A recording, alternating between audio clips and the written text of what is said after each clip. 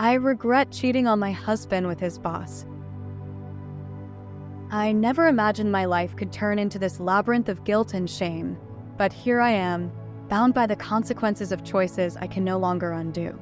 I find myself adrift, unable to confide in anyone, not even in the silence of the night. So I turn to you, strangers, seeking refuge in anonymity, as though by sharing my story, the burden might lighten, if only for a moment.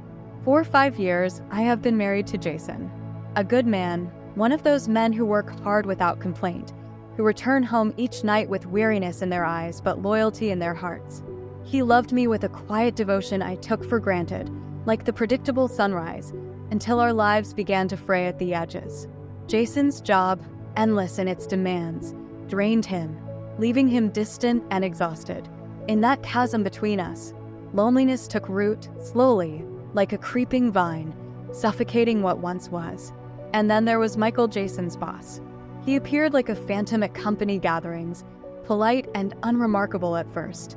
But one evening, when the wine flowed a little too freely and the air felt heavy with unspoken words, our conversation lasted longer than it should have.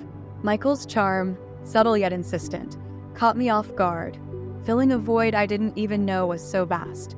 His gaze lingered just a moment too long.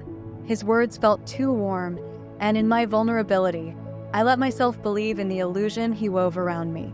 It began with harmless messages, or so I convinced myself. They were the kind of casual exchanges that could have remained innocent, but they didn't. Michael's words soon took on a weight that Jason's had not carried in months.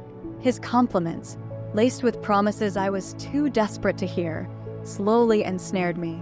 And one evening, under the soft glow of office lights, I crossed a line I never thought I would. In Michael's presence, I surrendered to a passion that was neither love nor lust, but a hollow need to feel seen.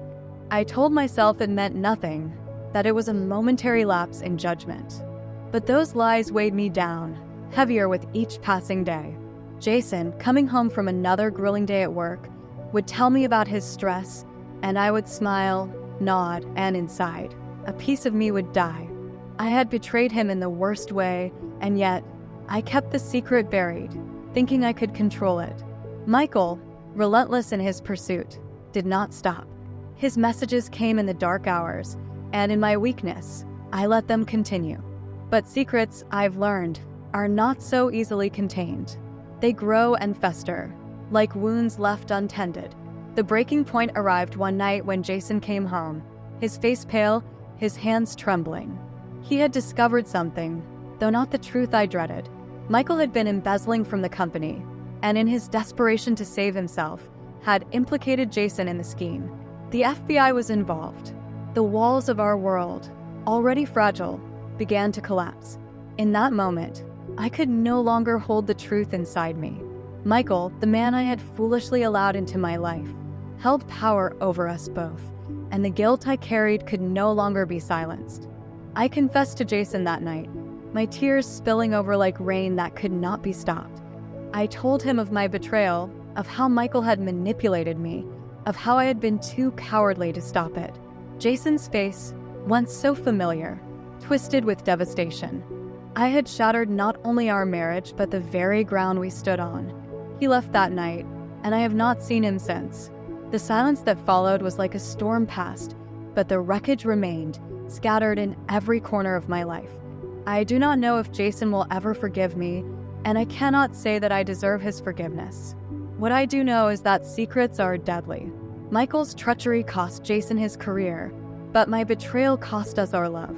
In the aftermath, I find myself filing for divorce, not out of anger or bitterness, but because I know it is the only way forward. Jason needs to heal, to rebuild what I helped destroy, and I must learn to live with the consequences of my choices. Some mistakes, I've come to understand, cannot be undone. They linger, like ghosts in the corridors of memory, forever whispering of what was lost. I can sense the heavy burden of guilt that weighs upon your soul, and it is truly sorrowful to witness.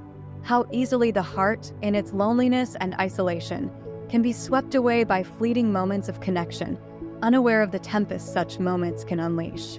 To confess the truth to Jason, to expose your own transgressions, must have required immense strength, though the consequences surely cut deep. Yet, there is a certain nobility in laying bare one's failings, in meeting the aftermath with unflinching resolve. Healing will demand time, patience, and perhaps, in some distant hour, forgiveness, not only from Jason but from yourself. Though this chapter of your life may have reached its end, remember that every ending is but a prelude to new growth. There is always room for the soul to expand, to seek redemption, and to rise above the ashes of what has been lost.